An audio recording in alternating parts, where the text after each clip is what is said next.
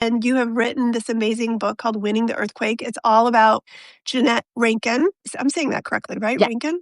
Yes. So just for people who are watching really quick, who don't necessarily know who she is, will you just give us an overview of Jeanette and why she was so important? So Jeanette Rankin was America's first congresswoman. That's kind of what everybody, who's heard of her knows. But in addition to that, right, she was elected in 1916, which is 4 years for the 19th Amendment, which is crazy. That is so crazy. It's so crazy. And so she was also elected from Montana, which is kind of unexpected in a way. But Montana has a really interesting progressive history. And so the reason she was able to be elected was because she passed suffrage through the Montana state legislature. Mm-hmm. And then the women were able to vote, and then she sort of redirected that political machine to her own campaign. But the thing that people don't really know about Jeanette Rankin, even people who have heard of her, is that she was this incredible grassroots organizer and just a fierce advocate for participatory democracy. And that's something I really wanted to talk about in my book because it's incredible. Her vision for a more inclusive democracy, an expanded definition of we the people is as resonant today as it was in her own time. Did you, when you were writing this book, come across any hints as to how she became the person she became, right? I've obviously been a grassroots organizer. I look back at my childhood and in Rochester, New York, and I'm just so I think I was very inspired by the suffragists and the civil rights activists who we were told as kids during field trips, like, these are heroes, right? How did this woman born in Montana in the 1800s? How did 18, she become 1880, yeah. 1880? How did she become, do you think, who she became? Well, she had a really unique upbringing. So basically, she was born on a ranch and just outside of Missoula, but at the time, right, that's really rural. And it was a time in the history of the West and in that part of America where there was a great deal more gender equality than we think of today, and there was than there was on the East Coast, right? So on the East Coast, you had this really hierarchical sort of gender roles that were largely unbreakable. In the West, right, if you're alone on your homestead with your husband and you give birth, he's going to have to help bring that baby into the world and take care of that baby once it's born. Likewise, as a woman, you have to go out into the field and help bring in the harvest or help bring the cattle in or whatever it is. So there was this sense that women and men had a greater degree of equality. Then in addition, she just had a natural and almost inborn love for American democracy. She would read the Constitution by candlelight as a child, right? As one does. Yeah, as one does. But this is sort of, it's like mythological, Yes. American hero. And then finally, she had a really really integral sense of morality and social justice. So she both saw, right, sort of the miners. Montana is a big mining state. She saw miners being exploited. She saw ranch hands and farmers being exploited by corporate interests. But then she also saw, frankly, the genocide of Native and Indigenous peoples right in her community. And this, even as a young girl, she understood to be inexcusable, wrong, and something that had to be protested against and worked against. And so I think all of these sort of factors in her childhood came together to make her both sort of a leader with an incredible feel for democracy and also talking to people, right? Like she was from a ranch, but her father was an entrepreneur. So she was talking to businessmen, but also ranch hands and farmers and miners. So she was really able to talk to a broad spectrum of the electorate, which helped her campaign for suffrage and then later on for Congress. What made you want to write about her? Well, that's a loaded question, I suppose. There's a lot of unpacking in that.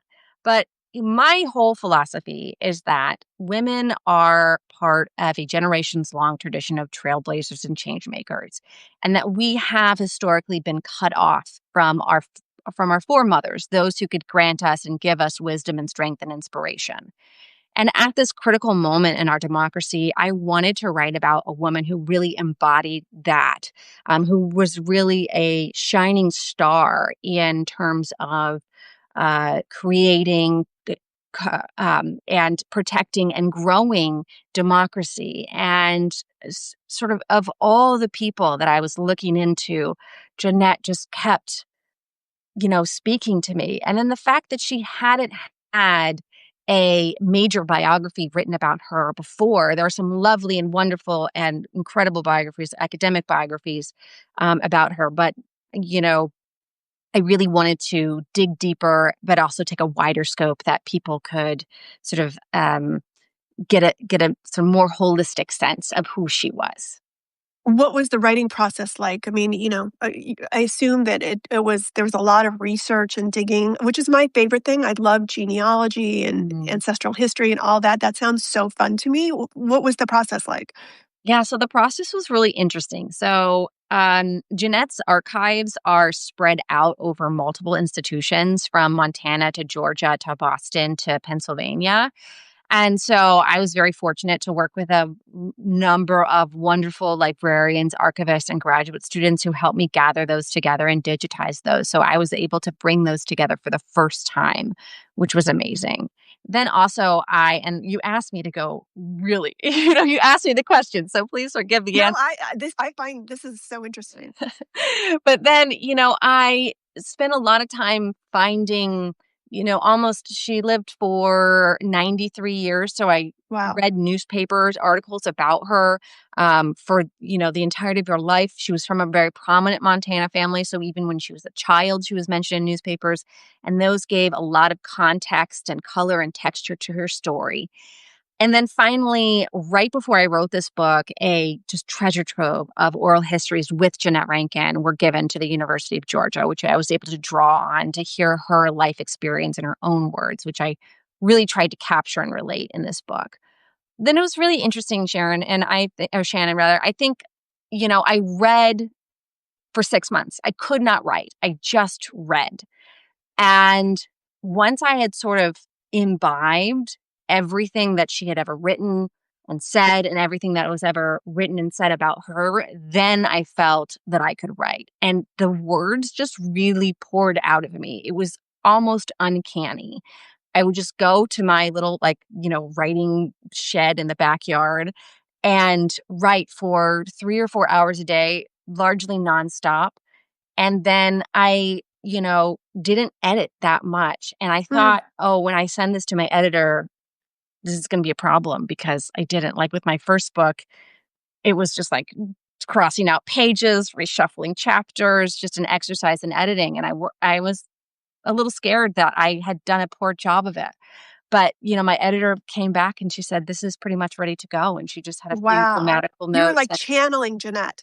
I mean, I didn't wanna say it, but yeah, I really do Yeah, feel like I was channeling her. It I was love quite a that. spiritual, experience in a lot of ways, and I try to be objective in my writing, and she did have moments where she needed to grow, and she did, but I try to be, honest about those moments for sure. But yes, it was very much like channeling her. Tell us about the title. Where does that come from? So Jeanette would say you can no more win a war than you can win an earthquake. And Mm, her idea, which I think still stands today, is that war only precipitates more war. And we've seen that time and again. I mean, with her, right, her first vote in Congress was a vote against World War I because she very much understood that war is the enemy of democracy. And when we think about, right, the progressive era and suffragists, we're not really taught that they weren't just advocating for the vote. They wanted, federal funding for women's health care, access to reproductive care, more, fair forms of government. They had good government clubs all over the United States. All of these other reforms that were part of the suffragist platform were really swept away with World War One. mm. And so Jeanette had a sort of unyielding commitment to pacifism. And so for me, winning the earthquake is about never starting the war, pursuing Mm.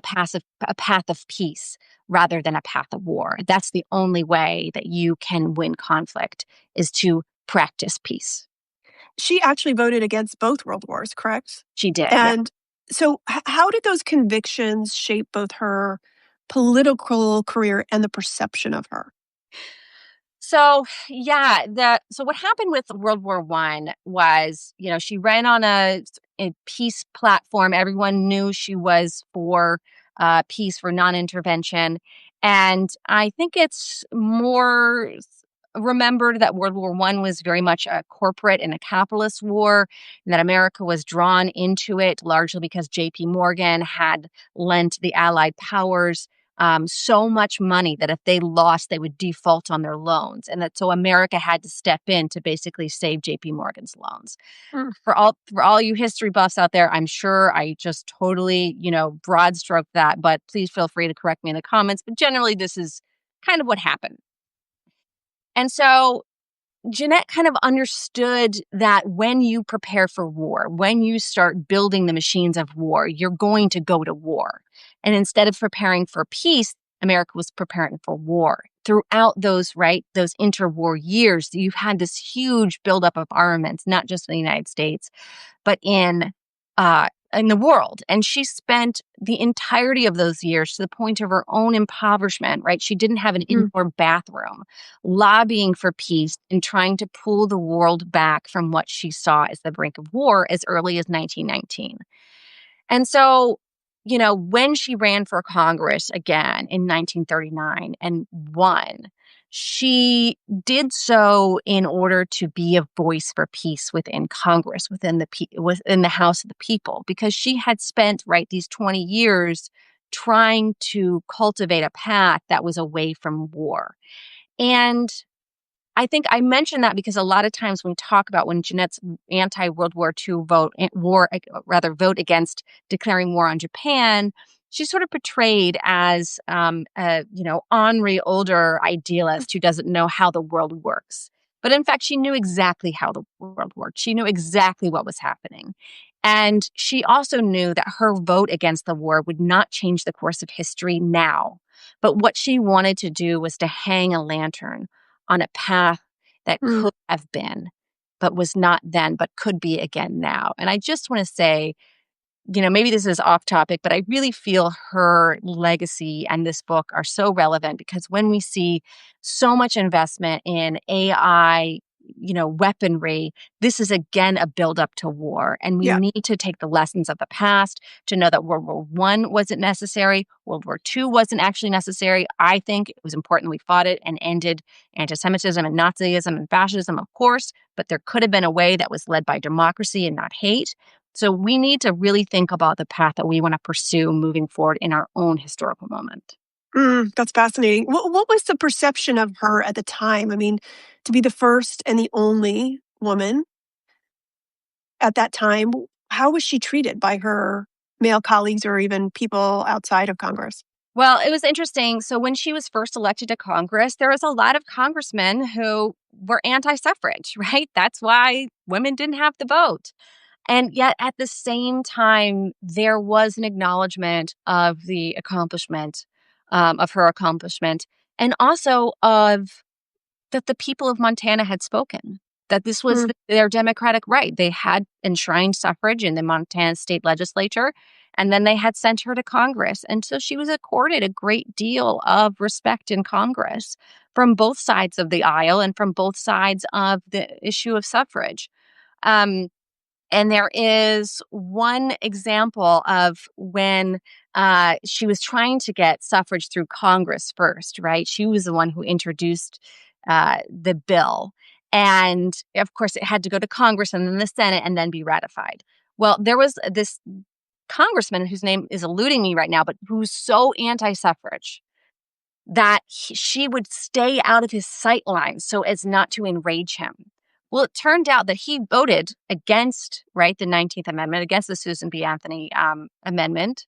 But he also told his colleagues that when the second round of voting came, that if they changed their votes, he would change his. So you have mm, this moment of camaraderie and just dedication to democracy across the spectrum of political ideology.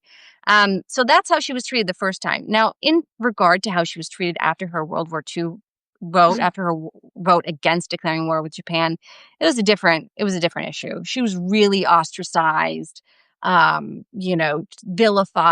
and attacked. And she finished her term in Congress. She voted yes for every appropriations bill that came up. She voted present for a declaration of war with Germany. She understood that, the best thing to do when war is declared is to bring the men and women and boys and girls who are in harm's way home as soon as possible. But she really disappeared for the better part of 2 decades after that. And I'm happy to chat to you about what she did. Yeah, so she was in Congress almost about 20 years? No, she was in Congress twice. She was in Congress from Twice. 1917 to 1919 and from 1939 to Got it. 1941. So what happened in 1917 was, this is so wonky, but this is my No, let's go down the rabbit hole. But again, it's incredibly relevant to our own moment. So when she was elected in 1917 in Montana, Montana was really controlled by one corporation, Anaconda Copper, who owned not only almost all of Montana's mining interests, but also its power grid, its newspapers, and had bribed its entire state legislature and judicial bench to do their bidding. So Jeanette gets elected because of her incredible grassroots organizing skills. But at the same time, right, the reason she was able to get elected was because Montana was called an open state. So everyone in the state was able to vote for their 2 congressional seats. Now that's called multiple member congressional districts and ranked choice voting. After she was elected as a reformer and a progressive, Anaconda Copper went to the Montana state legislature that they had bought and paid for and said, gerrymander her out of her Wow, seat. that does sound familiar. Yeah, Yes. doesn't that sound familiar? We don't want her in Congress. And they did as they were told. And so we see, again, Jeanette being an advocate for this more inclusive inclusive forms of democracy for the entirety of her life because she lived it. She knew that when people have the machinery by which they vote, they can truly express their voice. And when they don't, they can't. What made her run again? The war. She really saw America tilting towards war in the world. I mean, she was really, her whole life was the peace movement. Her whole Yeah. life was working on disarmament. She, moved to Georgia so that she could drive to DC. She worked for numerous, disarmament and peace organizations. And she went toe to toe with senators and congresspeople, just lobbying them not to expand the machinery of war because she knew that when you invest in war, right, we're going to go to war. These investors didn't put all their money into it not to get a return. And the So return. did she run again that second after her vote against the war? Did she run or did she lose? After her vote for World War I, she ran for Senate because that was a statewide election. But again, I don't really go into this, but Spanish flu was at the same time Yeah. as she was running for a second term. And, that really impacted her capacity to campaign. And then a number of other things sort of didn't go her way. And after her vote no against declaring war on Japan, she did not. She did not run. She really disappeared from public life. But what she did was she spent a lot of time traveling the world, studying other cultures, because she understood that if we have any chance of living in a peaceful society, we have to have a nuanced understanding of each other. And she especially spent a lot of time in India studying the nonviolent movement, independent movement there, really following in Gandhi's footsteps, like literally going where he went, studying where he studied, to try to just really learn about that successful movement and how it might be replicated in the United States. Wow, that's fascinating. Again, for a woman in the early mid 1900s to be doing that is kind of impressive. Did she have a family? Did she marry? She never married. She never had a beau. LaGuardia wanted to marry her. Of course, the thing. Really? Yes, I know. I don't talk about it that much in my book because, like, the information is This spotty. is the gossip. Come I on. know, right? This is the tea. Yeah, he loved her. He was widowed, and then he tried, He and they was were in about the size Congress of this together. iPhone. What's that? He was the size of this iPhone. Yeah, he was the size of this iPhone, but she was really little too. She was Okay. like 5'1", so they were perfect for each other. And okay, and then interestingly, I know he was like a New Yorker, but he grew up in Arizona and he considered himself a I didn't know Westerner. that. Yeah. He would wear like a Stetson hat to like remind himself of his Western roots. Mm, So they really gelled on that. But you know, at the time, right, to get married was to really be subordinate to your yeah, husband, even if you were an incredible woman, right? Like, who would Eleanor Roosevelt be if she yeah. had married FDR, for instance? And so Jeanette just didn't want to put herself second to anyone, which I find radically inspiring. Yes, me too. So she had this long life, and I think it's interesting when we talk about legacy, she's not someone who comes up a lot.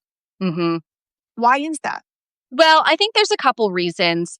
First was her just like pacifism, her Yeah, unapologetic pacifism. She was vilified by the suffragists for voting no on World War I in Congress. They thought it would set them back. Then she was vilified by everyone for her vote on declaring war with Japan.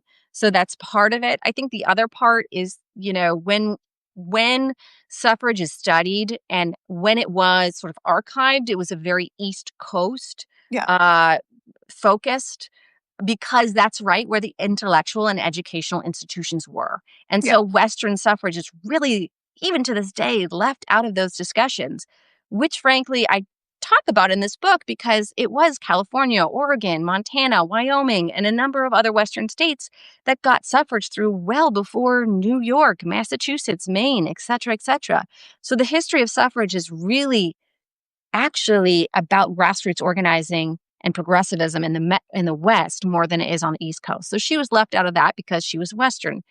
And I think the final reason that she's not really discussed is just because she's a woman. Women are erased in history all the time. It's shocking to me Yeah. how they're either just completely disappeared or absolutely misrepresented. And that was something that I wanted to really rectify with this book, was not only illuminating her legacy, but also correcting the historical record that exists, which is largely incorrect. Oh, I love that. I just think that's so important, and I'm so grateful for you for doing that. So, Larissa, kind of come full circle from the beginning of our conversation, you said that you really felt that there were a lot of parallels and also lessons that could be learned from Jeanette, from the example she set, from what was happening at that time in the world. Can you just give us a little insight on that? Absolutely. So when Jeanette was running for Congress the first time, she ran against a corporate oligarchy that controlled the entire news media. She lived in a culture that was largely misogynistic and told her that women should not stand up and didn't have a voice. And she stood up anyway, and she persevered because she stood with other women. She created a grassroots community of other women who took her forward and took America forward. And I think as we're looking at our own moment, when we are faced with so many of the same issues that she faced, we can utilize the same tactics that she did to prevail. And I also want to say that through grassroots organizing, change can come more quickly than we think. She Yes. flipped both state houses from anti suffrage to pro suffrage in 2 years because she built that grassroots network, predominantly of women. And we can do the same. Oh, it's such an amazing story. Everyone should go out and get your book. It's called Winning the Earthquake. Read the subtitle for me because I cannot see it It from here. is Winning the Earthquake, How Jeanette Rankin Became America's First Woman. I will read it. I It's have the same long. issue with my own subtitle. How Jeanette Rankin defied all the odds to become the first woman in Congress. Oh, it's so fascinating and so interesting. And your pub day is tomorrow. Tomorrow. Also, it is kind of near the holidays. It would be a great gift for other women in your life. So, Larissa, tell us how we can find you. I assume you're going to do some book touring and also how we can find the book. Yes, thank you so much. You can find the book wherever books are sold, bookshop.org, Barnes& and Nobles, other places, and your local bookstore. I am here on Substack at The Female Body Politic, where I explore 250 years of women's participation in American democracy. And I'm going on a book tour with the Jeanette Rankin Foundation, which I just want to Wow. quickly give a shout out to. They provide Yeah. unrestricted scholarship grants to non-traditional, non-binary, two-spirited, and women students. And we're going on tour together to promote my book, but also Jeanette Rankin's legacy. I'll be in Montana starting Wednesday. Then I'm off to Kansas City, and then Georgia. Then I'll be on the East Coast starting in February. So stay tuned. You can subscribe to The Female Body Politic or check out my website at larissareinhart.com. Okay, I have to ask you, do you know who you're writing about next? Oh, I do. I do. It's a Mhm. novel. And Okay. again, I'll share. So it's about Dorothy Waring, who was Ooh, our mutual friend's, Jennifer Freed's grandmother, who infiltrated Nazi yes. paramilitary and propaganda rings in New York City in the 1930s and brought them down, all while being a Jewish single mother. So I don't have a That's pub date amazing. yet for that, but yeah. I want to be you in the next life. This sounds so exciting to research all these women. Also, by the way, maybe someday you should write about Louise Slaughter, Okay, I'll do it. the congresswoman from New York. She was Yeah. also pretty amazing and cutting edge. Larissa, thank you so much. Larissa Rinehart, the book is called Winning the Earthquake. Thank you for doing this and thank you for writing about this. And so excited for you and the conversations you're going to be having. Thank you so much for having me on. I really appreciate it. Bye bye. Bye.